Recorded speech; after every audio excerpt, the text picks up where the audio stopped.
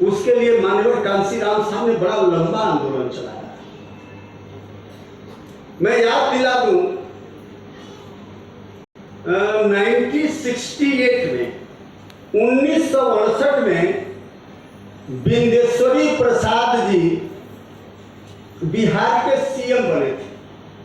मैं एक एक लाइन केवल बता दूं, केवल 80 का अपमान नहीं हुआ, ये ओबीसी से थे और बिहार के सीएम बने थे 68 में। और जब ये सीएम बनने के बाद विधानसभा में अपनी बात रखे, उस समय गंगा जी में तेल का रिसाव हो गया था और वहां पे आग लग गई थी। तो विधानसभा में एक झा विधायक थे, जानते हैं उनका बयान क्या था? उन्होंने कहा अगर इस देश में और इस प्रदेश में अगर शूद्र राजा बनेगा तो पानी में आग तो लगेगी ही लगेगी। किसका बयान? इसलिए हम लोग कभी जाति की बात नहीं करते, हम कभी जातिवादी नहीं हो सकते। हम तो बाबा साहब के मानने वाले लोग। बाबा साहब को जब मौका मिला तो उन्होंने किसी जाति विशेष को टारगेट नहीं किया, उन्होंने समता, समानता और बंधुत्व की बात की। उन्होंने गैर बराबरी की व्यवस्था को खत्म करने की बात की। फूले जी को जब मौका मिला तो उन्होंने शिक्षा का प्रबंध किया। शिक्षा का प्रबंध, अगर स्टार्टिंग के दौर पे पाठशाला सावित्री बाई फूले जब पढ़ाने जाती थी तो 8 बालिकाएं थी, उसका भी आप पढ़ लेना, भी मिल जाएगा। उसमें भी कोई दलित नहीं थी, 6 या 8 बालिकाएं थी, उसमें भी मुस्लिम समाज और ब्राह्मण समाज की बालिकाएं शिक्षा प्राप्त करने गई थी। हमारे महापुरुष जातिवादी कहां से हो गए? हम कहां से जातिवादी हो? हम तो इस व्यवस्था के शिकार हैं। सबसे ज्यादा हमारा शोषण ही यही हुआ। हम तो चाहते हैं कि इस देश में अगर इंसान है तो इंसान को इंसान का दर्जा मिल जाना चाहिए। जाति, धर्म, मजहब के आधार पे इंसान के साथ जानवर जैसा व्यवहार नहीं होना चाहिए। ये बहुजन समाज पार्टी करती है, लेकिन हमारे ऊपर इरिगेशन लगा।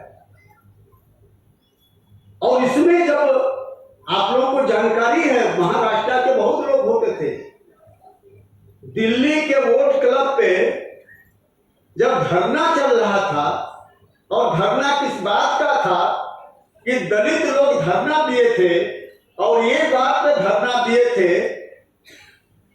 कि मंडल आयोग की रिपोर्ट को लागू हो जाना चाहिए। मतलब दलितों की तरफ पिछड़ों को भी शिक्षा में, नौकरी में रिजर्वेशन मिलना चाहिए। बात कौन कह रहा था?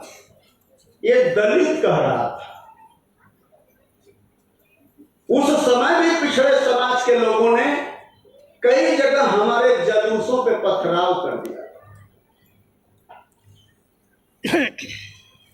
लेकिन फिर भी माननीय कांशीराम साहब ने अपने वर्करों को, क्योंकि मुझे याद है माननीय साहब के पास हमारे लोग चल के गए, उन्होंने कहा साहब जिसके लिए हम सहूलियत मांग रहे हैं, जिसके लिए सुविधाएं मांग रहे हैं, जिनके हक अधिकार की हम बात कर रहे हैं, वो लोग तो हमारे ऊपर पत्थर चला रहे हैं। तो साहब ये हम लोगों के बस का मामला नहीं है। माननीय कांशीराम साहब उल्टा ये हमारे लोगों को, हम लोगों को डांटा। उन्होंने कहा बाबा साहब ने संघर्ष किया, संविधान में अधिकार दिया, तो आप लोग शिक्षा प्राप्त करके अच्छी नौकरी में गए, आप थोड़ा साधन संपन्न लोग हुए, तो क्या बाबा साहब इसीलिए संघर्ष कर रहे थे कि आप अच्छी नौकरी करके अच्छा घर बना लो?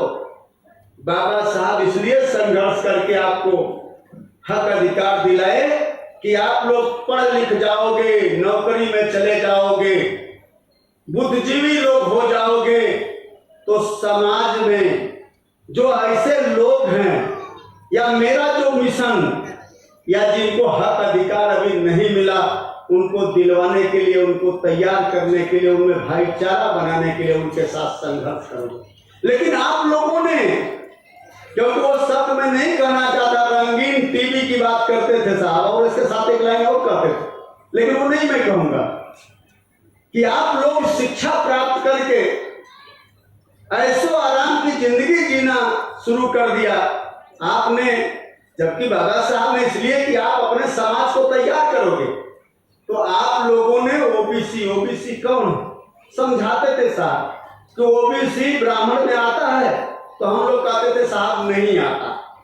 कहते थे ओबीसी क्षत्रिय में आता है, तो हम लोग कहते थे साहब नहीं आता। कहते थे ओबीसी वैश्य में आता है, तो हम लोग कहते थे साहब नहीं आता। तो साहब कहते थे फिर इसके बाद कौन सा वर्ण बचा? ये होता था शूद्र। उन्होंने कहा फिर ओबीसी किसमें आता है? तो लोग कहते थे साहब शूद्र में आता। तो कहते फिर वो कौन हुआ आपका? तो हम लोग कहते साहब अपना हुआ। वो अपना नहीं हुआ, वो तुम्हारा भाई हुआ। तुम एक ब्लड हो, तुम एक खून हो, एक परिवार, एक। और ये चीजें साहू जी ने भी कहा था, क्योंकि मैंने कहा आज मुझे बहुत कुछ नहीं कहना है, टाइम ज्यादा हो गया है। तो साहब ये समझाते थे तो कौन लोग हैं? वो आपका ब्लड है, आपका खून है, आपका परिवार है। और वो तैयार नहीं हुए तो उसका कारण वो नहीं है, उसका रीजन ये है कि आप लोगों ने उनको तैयार करने का काम नहीं किया। और जिस दिन आप तैयार कर लोगे तो यह ओबीसी आप पत्थर नहीं चलाएगा, बल्कि कंधे से कंधा मिला के इस कारवां को मंजिल तक पहुंचाएगा। इतना कह के डांटते थे साहब, तो कभी तारीफ तो करते नहीं थे। इतना कह के डांट के फिर हम लोगों को भेज दिया कि जाओ। इस तरह से संघर्ष हुआ,